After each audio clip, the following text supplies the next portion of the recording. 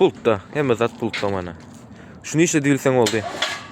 Yukarı, aşağı.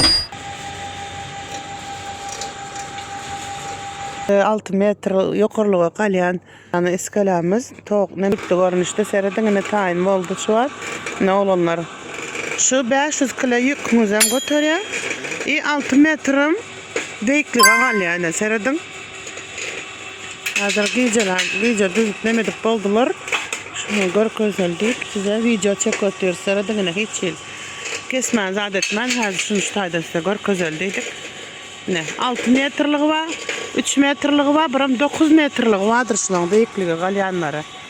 Seredin ne polnu 500 kiloda yük götürüyor. Adamdan da şarı. Ne? Seredin polnu pult sistemi. Adam ereklerine seredin. Ana durdu 6 metre beyikligi kaldı şu an. Hani aşağı koyuyor? Aşağı koyuyor. Ha, o koyuyor aşağı. Ana seredin.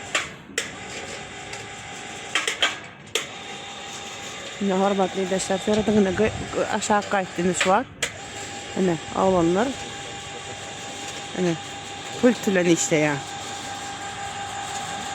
Seredin. Hazır ne motor sistemi, motorun adını görküzür. Hani seredin. Ne aşağı kayıttılar.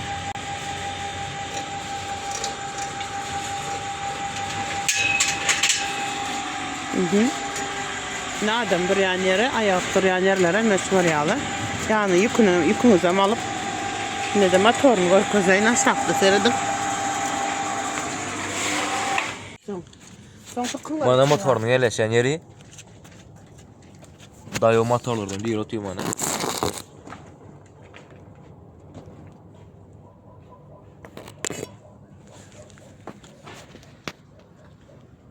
Troslarım in go troslardan üzülüp cazlayacak ya da yok mana. Bulutta, hem zat bulutta mana. Şunu işe dilsen oldu.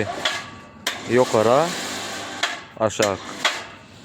Başka hiç probleması yok mana.